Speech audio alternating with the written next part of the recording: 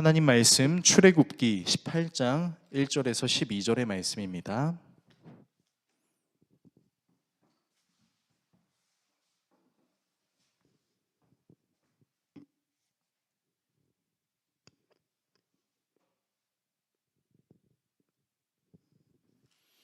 구약성경 109페이지 정도에 있는 출애굽기 18장 1절에서 12절의 말씀,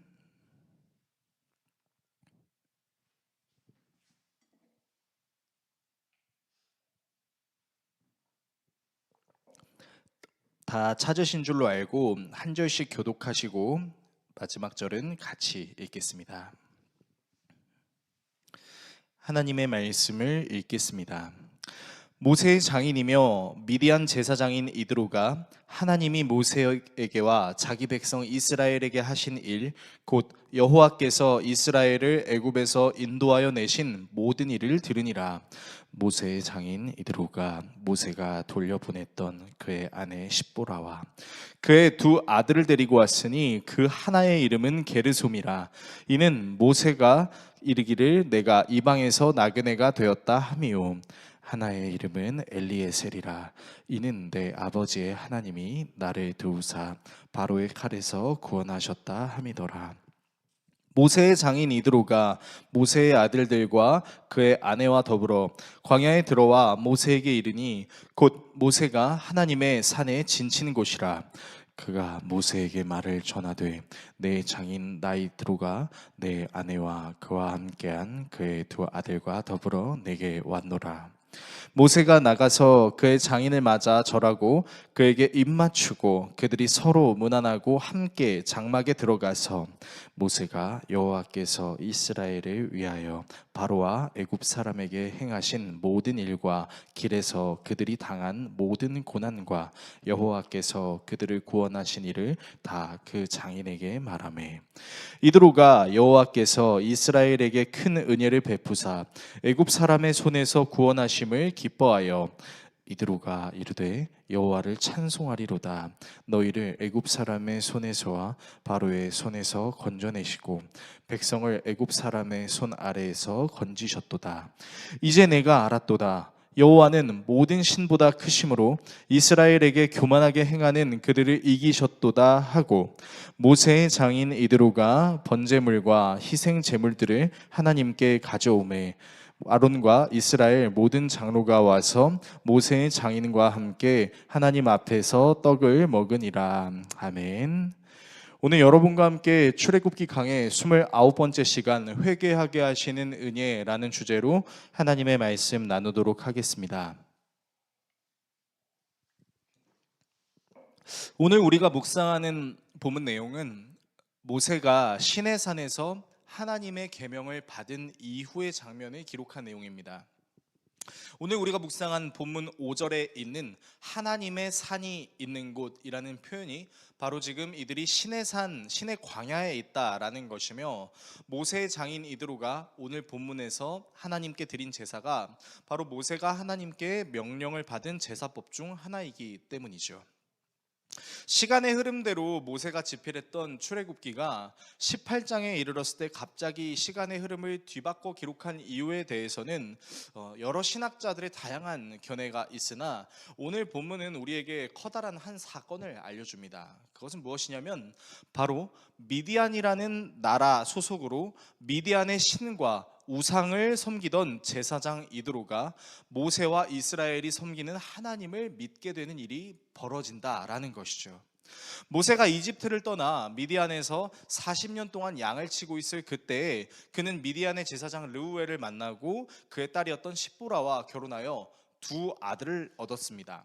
출애굽기 4장을 보면 이 내용이 나와 있는데, 모세가 하나님의 부름을 받아 제사장 이드로에게 이제 이집트에 있는 친족들을 만나러 가야 될 것 같아요 라고 장인에게 허락을 받고 이제 가족을 데리고 이집트로 떠나다가 할례의 문제로 자녀들에게 할례를 주면서 아내였던 십보라와 갈등을 일으키고 피난편 사건을 여러분이 기억하실 겁니다.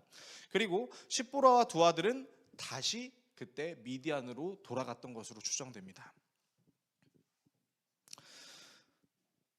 그것을 생각해 보면 이 모세의 아내였던 십보라 역시 사실은 하나님을 믿지 않았던 사람인 것으로 우리가 추측할 수 있는 것이죠. 자기의 아들의 생식기에 칼을 대야만 할 수밖에 없었던 그 사건이 못 믿었던 것으로 보입니다. 그녀 역시 미디안 제사장이었던 르우엘을 아버지로 두고 있었던 사람이기도 했었고, 그런 점에서 외국의 신과 우상을 섬기던 르우엘이 하나님을 믿게 되고 하나님을 신으로 고백하게 되는 오늘의 본문의 장면은요, 사실 우리가 그냥 1절에서 12절까지 단 12구절밖에 읽지 않았지만 사실 이 사건은 엄청난 사건입니다. 그러니까 오늘로 얘기하면 이런 거예요. 머리를 빡빡 밀고 돌을 닦던 스님이 저 예수 믿겠습니다 하고 머리를 기르는 그런 장면이 될 수도 있는 거고, 신천지나 이단 같은 사람들이 저 이제 예수님을 알게 된 것 같아요 하고 탈출하게 되는 엄청 놀라운 사건인 것이죠. 그래서 오늘은 이 르우엘의 사건에 대해서, 특별히 르우엘이 하고 있는 이 회개의 장면을 우리가 좀 묵상해 보려고 합니다. 본문을 통해서 다음의 내용을 살펴보려고 하는데요, 먼저 회개의 시작에 대해서 살펴보겠습니다. 그리고 회개의 과정에 대해 살펴보겠습니다. 마지막으로 회개하게 하시는 은혜에 대해 살펴보겠습니다. 회개의 시작, 회개의 과정, 회개하게 하시는 은혜, 이 세 가지 내용을 함께 살펴보고 기도하도록 하겠습니다. 첫 번째, 회개의 시작입니다. 출애굽기 18장은 미디안의 제사장이며 모세의 장인인 이드로가 모세를 찾아가는 장면으로 시작되는데, 본문 1절에서 5절의 말씀을 화면을 통해서 같이 읽도록 하겠습니다. 미디안의 제사장이며 모세의 장인인 이드로는 하나님이 모세와 그의 백성 이스라엘에게 하신 일, 곧 주님께서 어떻게 이스라엘을 이집트에서 인도하여 내셨는가 하는 것을 들었다. 모세의 장인 이드로는 친정에 돌아와 있는 모세의 아내 십보라와 십보라의 두 아들을 데리고 나섰다. 한 아들의 이름은 게르솜인데 이 이름은 내가 타국 땅에서 나그네가 되었구나 하면서 모세가 지은 것이고, 또 한 아들의 이름은 엘리에셀인데 이 이름은 그가 내 아버지의 하나님이 나를 도우셔서 바로의 칼에서 나를 건져주셨다고 하면서 지은 이름이다. 모세의 장인 이드로는 모세의 두 아들과 아내를 데리고 모세가 진을 치고 있는 광야로 갔는데 그곳은 바로 하나님의 산이 있는 곳이다. 자, 말씀을 보시면요, 미디안의 제사장 이드로는 자신이 속해 있던 나라인 미디안에서 자신의 사위인 모세가 어떻게 지내고 있었는지를 듣게 됩니다. 이드로가 모세의 소식을 어떻게 듣게 되었는지에 대해서도 역시 여러 신학자들의 의견이 분분합니다. 어떤 신학자는 당시 이집트가 엄청난 강대국이었기 때문에 그 엄청난 강대국이 노예로 살고 있던 속국인 이스라엘의 하나님으로부터 크게 화를 입었다라는 소문을 들었다라고 해석하는 신학자들도 있고, 또 어떤 신학자들은 모세가 자기 가족들에게 편지나 전령을 보내서 알겠다라는 것도 있는데요. 자, 그러나 중요한 사실은 사위인 모세가 이집트에서 겪은 일들이 순탄한 일들이 아니었다는 것과 자신의 사위 모세가 가나안 땅을 향해 광야로 이동하고 있다는 것을 이드로가 알았다는 거예요. 자, 사실 장인의 입장에서 사위가 걸어가고 있는 그 길이 쉬워 보일까요? 쉽지 않아 보일까요? 분명히 모세는 장인에게 이렇게 얘기했습니다. 이집트에 있는 저의 친족들을 좀 보러 가겠습니다. 근데 그게 아니었죠. 결국에는 모세가 이스라엘 모든 사람들을 데리고 이집트를 탈출한 일이 되어버렸어요. 게다가 홍해가 갈라지고 또 다시 그 홍해가 이렇게 되고 또 이스라엘 사람들이 이렇게 광야를 걸어가고 있다라는 사실을 우리가 한번 상상해 본다면, 여러분, 이거는요, 위험할 수 있는 상황이라는 것을 우리가 모를 수가 없습니다. 박영민 집사님, 사랑하는 우리 은재가 어느 날 갑자기 집사님께 엄마 나 선교 캠프가 있어서 선교 캠프 좀 다녀올게 라고 얘기했는데, 알고 보니까 그게 선교 캠프가 아니라 한국인들이 한 번도 들어가지 않았던 어떤 오지 민족의 선교를 하러 간 거래요. 자, 그러면 박영민 집사님, 기쁘시기만 하겠어요? 아니면 걱정이 되시겠어요? 안 되시겠어요? 걱정이 됩니다. 행여나 은재가 거기 선교를 하러 가서 복음을 전하는 건 너무 좋은 일인데, 복음을 전하러 가는 와중에 막 광야를 걸어가다가 다치기라도 한다면, 어떤 질병이라도 걸리기라도 한다면 박영미 집사님은 좋긴 하겠지만 은재를 지켜주지 못했던 지도자들을 원망할 수도 있습니다. 저도 마찬가지입니다. 여러분, 설교 서두에서도 언급했듯이 모세가 자신의 딸인 십보라와 손주들을 미디안에 남겨두고 이집트로 갔다는 것만 하더라도요, 여러분 지금 모세는 이렇게 안전하고 편안한 길을 가지 않는 거라는 걸 암시할 수도 있는 겁니다. 게다가 이드로는 미디안의 제사장이었어요. 그런데 모세는 미디안의 신을 섬기지 않았습니다. 그는 그의 친족들이 섬기고 있었던 이스라엘의 하나님을 섬기고 있었죠. 사실 그것도 마음에 들지 않습니다. 우리 현대 사회에서도 여러분 종교는 이혼 사유가 될 수 있습니다. 불교 집안에서 기독교 사위를 맡는 거 여러분 쉬운 일 아닙니다. 마찬가지로 기독교 집안에서 불교의 득도한 사위를 데려오고 뭐 그 며느리를 데려오는 거 여러분 이거 진짜 쉬운 일 아니에요. 그럼에도 불구하고 모세의 장인 이드로가 어떻게 딸과 두 손주를 데리고 모세를 찾아갈 수 있었을까요? 심지어 지금 모세는 광야에 있는데. 분명한 것은 이 르우엘은 두 손주의 이름의 뜻을 알고 있었습니다. 오늘 성경 본문은 의도적으로 게르솜과 엘리에셀의 이름을 기록하고 있습니다. 그것이 무엇이냐? 게르솜은 내가 타국에서 나그네가 되었다라고 마치 한탄하는 것 같은 느낌의 이름의 뜻이고요. 엘리에셀은 내 아버지의 하나님께서 바로의 칼에서 우리를 건져주신다라는 그런 이름이에요. 그러니까 이제 이드로는 손주들의 이름을 보면서 이 이름이 그냥 지어진 것이 아니라 모세가 자신이 믿는 하나님과의 관계 속에서 자기 자녀들의 이름을 지었구나라는 것도 예측할 수 있었던 것이죠. 여러분, 이 내용을 토대로 우리가 내릴 수 있는 결론이 하나 있습니다. 그것이 무엇이냐면요, 모세의 장인 이드로는 미디안 제사장이긴 하지만 모세에게 역사하시는 하나님이 궁금했습니다. 그 하나님이 모세를 인도하고 계신다는 사실을 신을 섬기는 제사장으로서 어느 정도의 눈치를 채고 있었던 것이죠. 그래서 어쩌면 위험할 수 있는 상황임에도 불구하고 자신의 딸과 자신의 두 손주를 데리고 모세를 만나러 갑니다. 모세에게 역사하시는 그 하나님이 궁금했을 수도 있기 때문인 것이죠. 이드로는 모세에게 역사하시는 하나님에 대해 닫힌 자세를 갖고 있지 않았습니다. 그는 이방신을 섬기는 제사장이었지만 하나님이라는 존재가 있다는 사실을 부인하지 않고 그 하나님이라는 존재를 알고 싶어하는 마음이 있었을 수도 있습니다. 그리고 이것이 결국 이드로가 미디안의 제사장에서 하나님을 섬기는 그리스도인으로 이제 완전히 변하게 되는 기회를 갖게 된 것으로도 볼 수 있는 것이죠. 사실 좀 부끄러운 내용이기도 하지만 더웨이 교회는 아직 공식적으로 이 도시에서 어떤 전도 행사를 한 적은 없습니다. 제가 이 도시에 들어와서 전도를 하려고 이제 고민을 했다가 현대인들이, 특히 이 도시에 살고 있는 주민들이 기독교에 대한 반발심이 많다라는 사건을 제가 직접 경험한 적이 있었어요. 그래서 이거 전도를 하더라도 좀 시간이 흘러야 될 것 같고, 우리 교회가 전도 활동을 하면서도 이제 어려움을 겪었을 때 그것을 잘 극복할 수 있는 단단한 공동체가 되었을 때 해야겠다라는 생각을 갖고 있어서 사실 아직도 이제 공식적인 전도 활동을 하고 있지는 않습니다. 그저 관계 전도를 통해서 이제 복음을 전하고 있는데요. 참 놀라운 게 있어요. 어떤 놀라운 게 있냐면, 우리 교회에서 딱히 전도 활동을 하지 않았는데 우리 교회에 사람들이 찾아온다는 겁니다. 주일이 되면 개척 1년차 때는 거의 매주 손님이라고 하니까 좀 이상하네요. 이제 교회를 방문하시는 분들이 왔었고요. 2년차 때도 잘 왔고 3년차 때도 계속 오고 계십니다. 근데 오시는 분들마다 다 특징이 있습니다.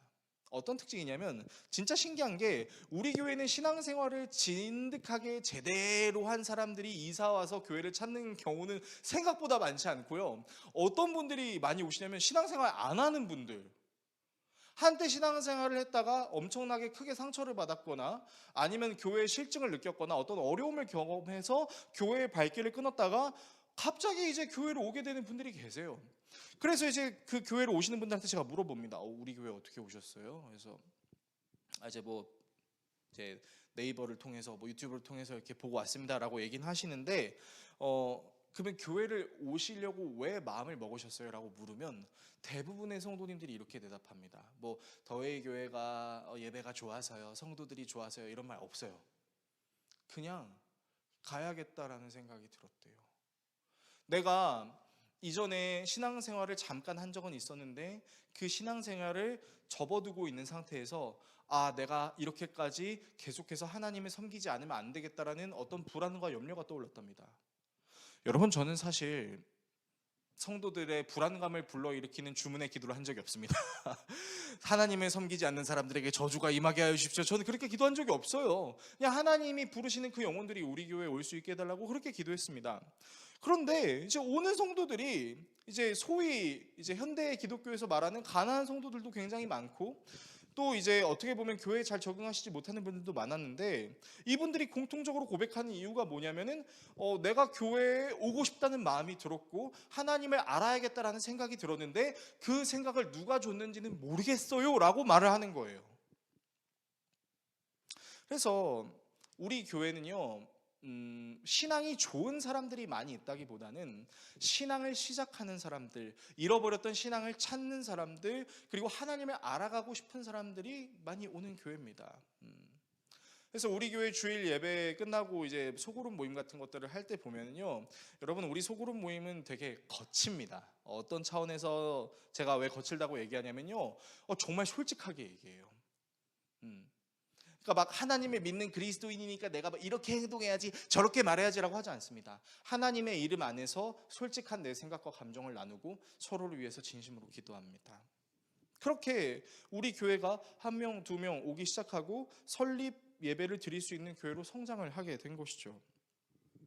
그러므로 본문을 통해서 우리가 알 수 있는 한 가지 사실이 있습니다. 그것이 무엇이냐면, 여러분, 회개의 시작은 하나님의 억압이나 폭력적인 계획 때문에 일어나는 것이 아니라, 인정하기 싫지만 인정할 수밖에 없으니까 그냥 나서 예배해야지, 그런 차원이 아니라 하나님이 일하고 계신다라는 것을 사람들이 불현듯 나도 모르게 깨닫게 되고, 그 하나님이 어떤 분이신지를 궁금해함과 동시에 그 궁금함을 궁금하긴 한데 귀찮으니까 안 가야지, 이게 아니라 그 궁금함을 내가 좀 해소해봐야지 하고 교회 방문을 한다라는 것이죠. 하나님을 찾아가는 일들이 생겨난다는 것이죠.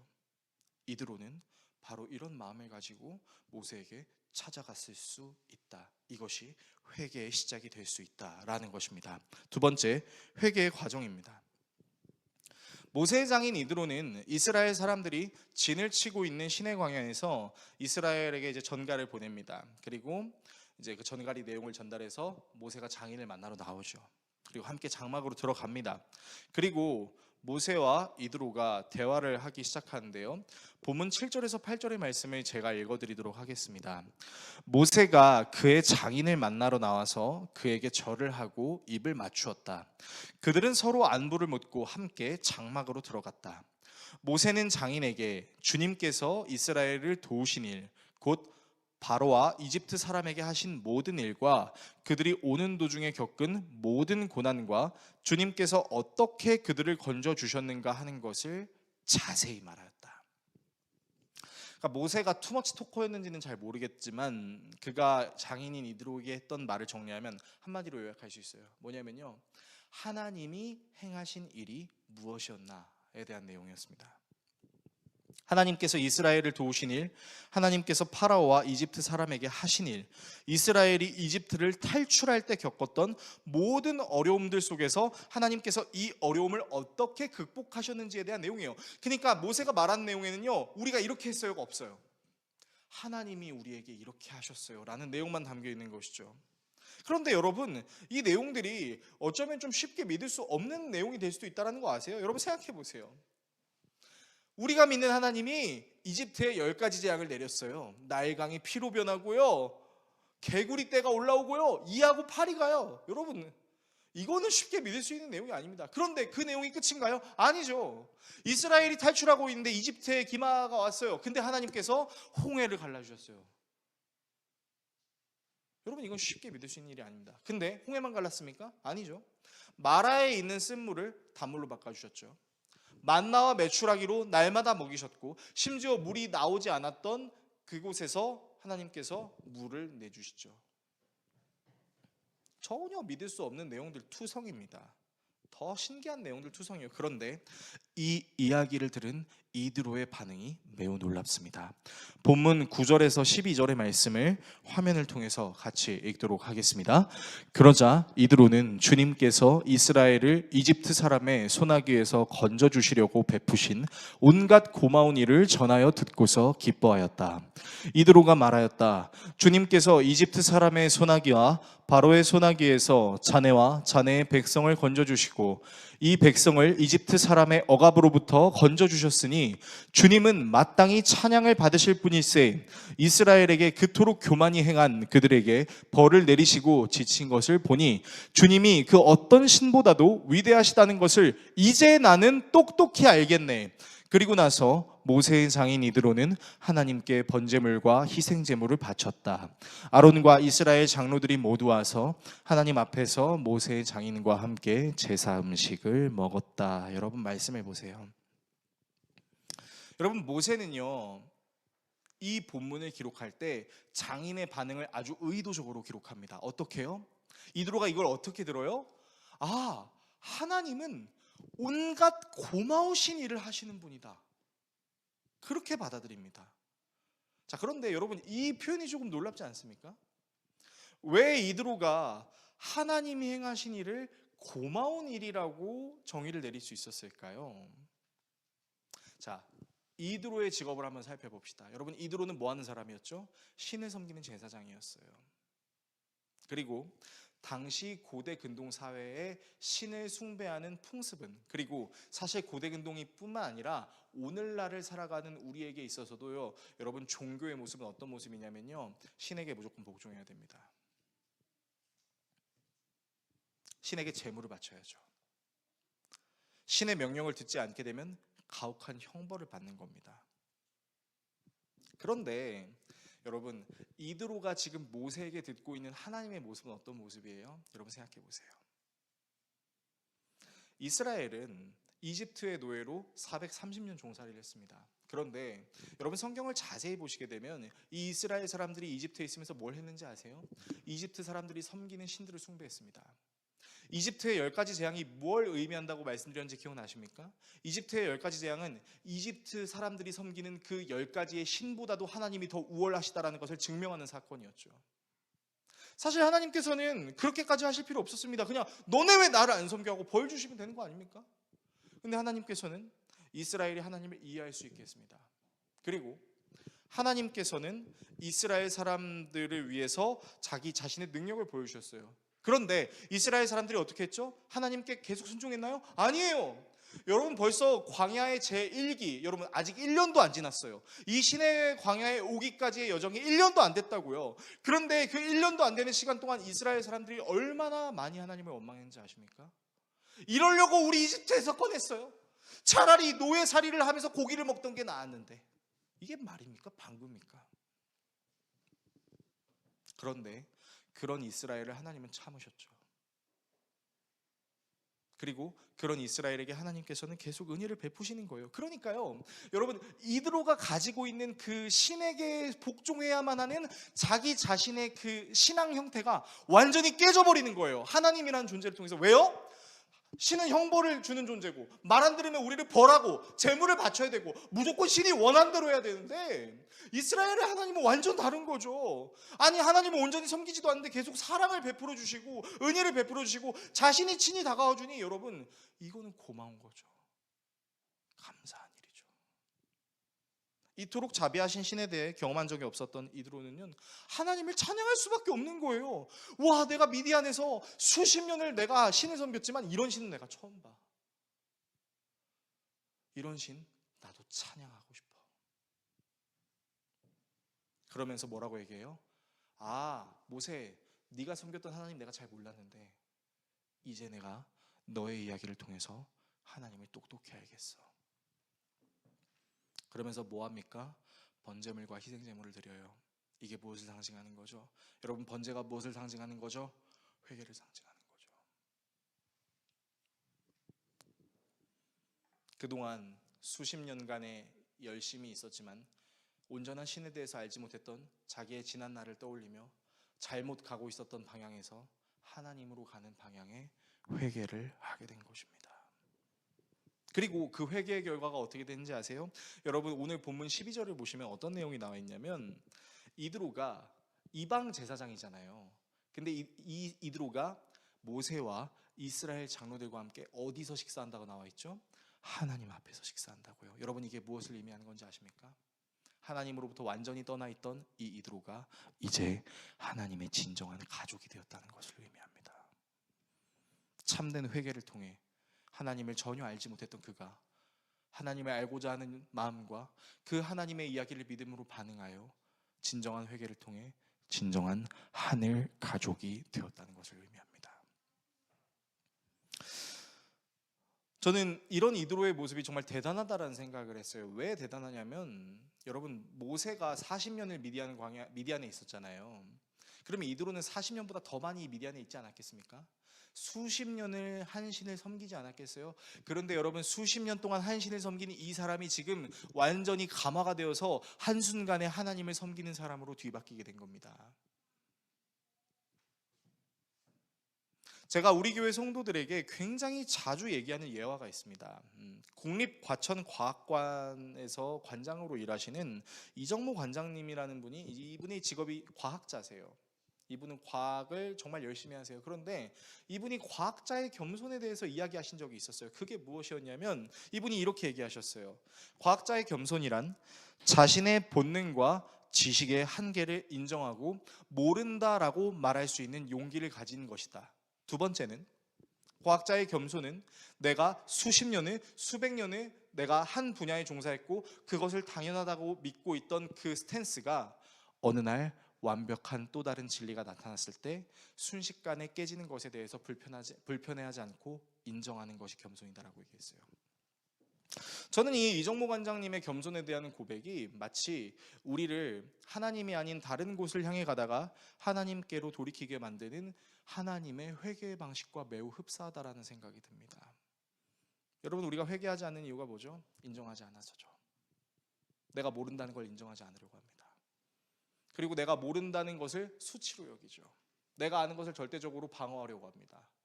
그러나 그리스도인의 회개는 나는 모른다고 말할 수 있는 겁니다. 내가 모른다라고 말할 수 있는 것은 다른 말로 나에게 참 진리를 알려줄 수 있는 누군가의 어떤 존재가 있다는 사실을 인정한다라는 겁니다. 그리고 그것을 인정하게 되면 나에게 참 진리가 다가왔을 때 그동안 내가 수십 년 동안 살아왔음에도 불구하고 내가 진리로 믿고 있었던 그것이 진리가 아니었음이 밝혀졌음에도 불구하고 괜찮아, 이제 내가 진리를 찾았으니까. 여러분 회개의 과정이 이렇습니다. 그래서 어쩌면 회개의 과정은 인간의 힘으로는 될 수 있는 것이 아닌 것 같기도 해요. 여러분 지금 이 자리에 앉아 계신 분들도 최소 수십 년 이상을 살아오신 분들이세요. 여러분들의 그 삶의 철학에 그 다른 어떤 이들이 함부로 판단할 수 없고 함부로 가늠할 수 없는 여러분들의 철학들이 다 있을 겁니다. 그래서 우리는 부록이라는 말을 쓰잖아요. 꺾이지 않는다고. 다 부록을 넘으시는 분들만 계셔서 제가 그렇게 말하는 건 아니고요.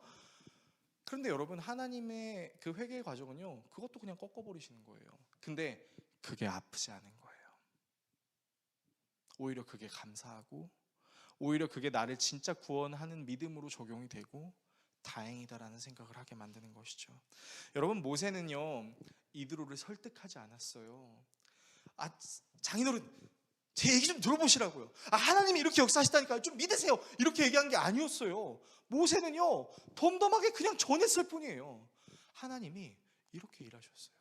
하나님이 이렇게 일하셨어요.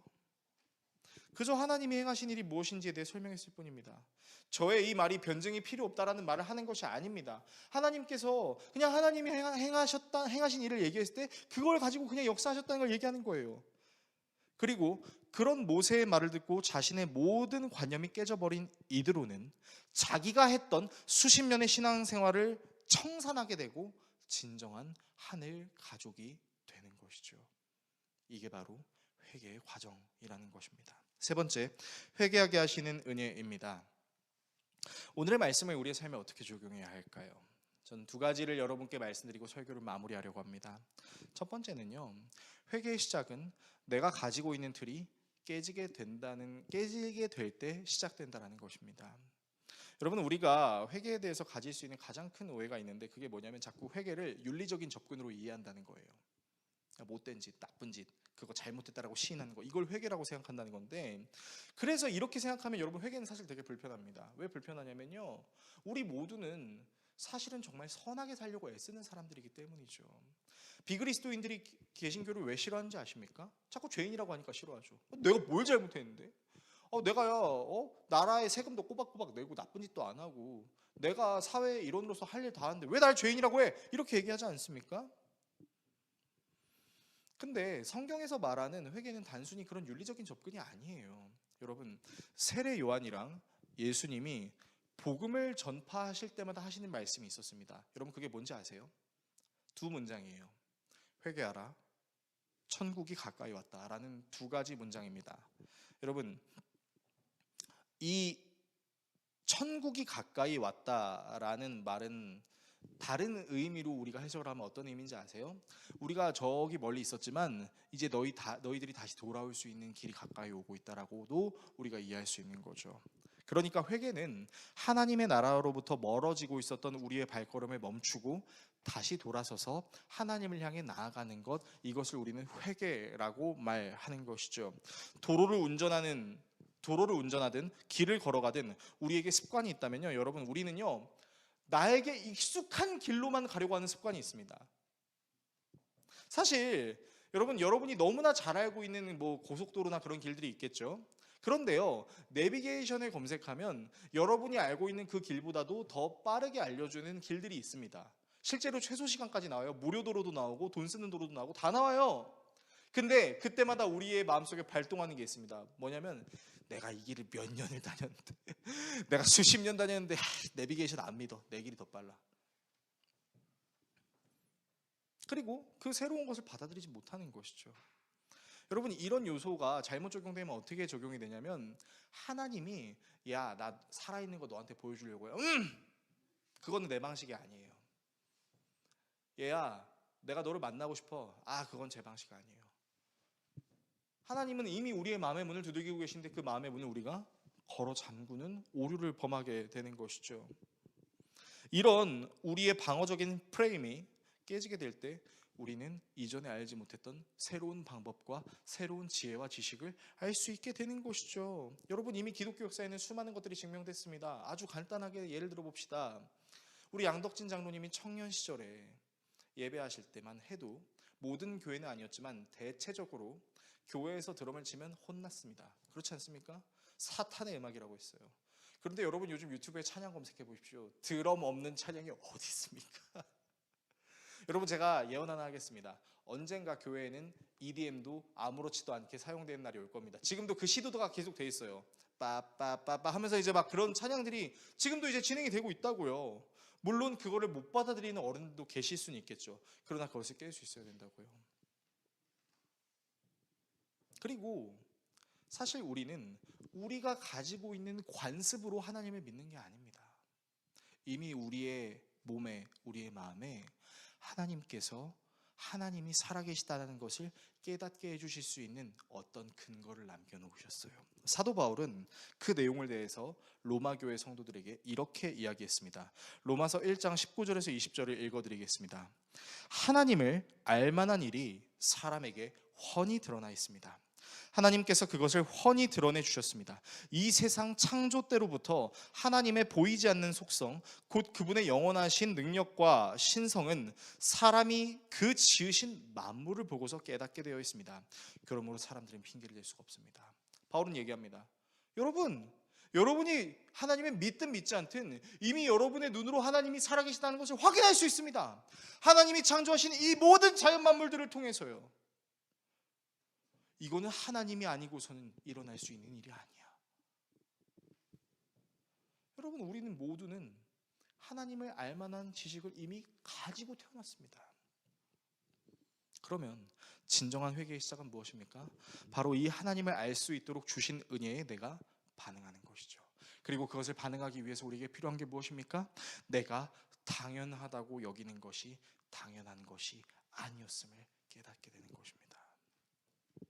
두 번째는 회개하게 하시는 하나님의 은혜를 묵상하는 것입니다. 여러분, 사실 하나님의 입장에서, 자, 여러분이 하나님이 되었다고 한번 생각해 보십시오. 말 안 듣는 사람들이 있습니다. 어떻게 하면 편해요? 처벌하면 편해요. 말 안 들으면 몽둥이 찜질 마사지 좀 해주면 끝납니다. 그러나 하나님께서는 그렇게 하시지 않으셨죠. 이드로가 가지고 있는 신앙도 마찬가지였어요. 그가 섬기던 미디안의 신 역시 숭배하지 않으면 처벌하는 아주 혹독한 신이었음에 분명합니다. 그러나 이드로가 하나님에 대한 이야기를 들으며 고마운 존재라고 표현했죠. 사실 이드로에게 신은 고마운 존재가 아닌 두려운 존재였습니다. 그런데 사위 모세가 세세하게 이야기해준 하나님이 행하신 일을 들었을 때 이드로에게 하나님은 두려운 존재를 넘어서 고마운 존재가 된 거죠. 여러분, 은혜라는 단어의 뜻이 무엇인지 알고 계십니까? 은혜라는 단어가 가지고 있는 사전적인 뜻은 값없이 받게 된 것을 은혜라고 이야기합니다. 이 은혜를 우리는 두 가지로 대처할 수 있습니다. 하나는요, 정말 무가치하게 쓸모없다라고 생각하는 은혜라고 적용할 수 있고요. 또 하나는 내가 감히 값을 매길 수 없는 것이라고 생각할 수 있습니다. 여러분, 후자로 우리가 은혜를 이해하잖아요.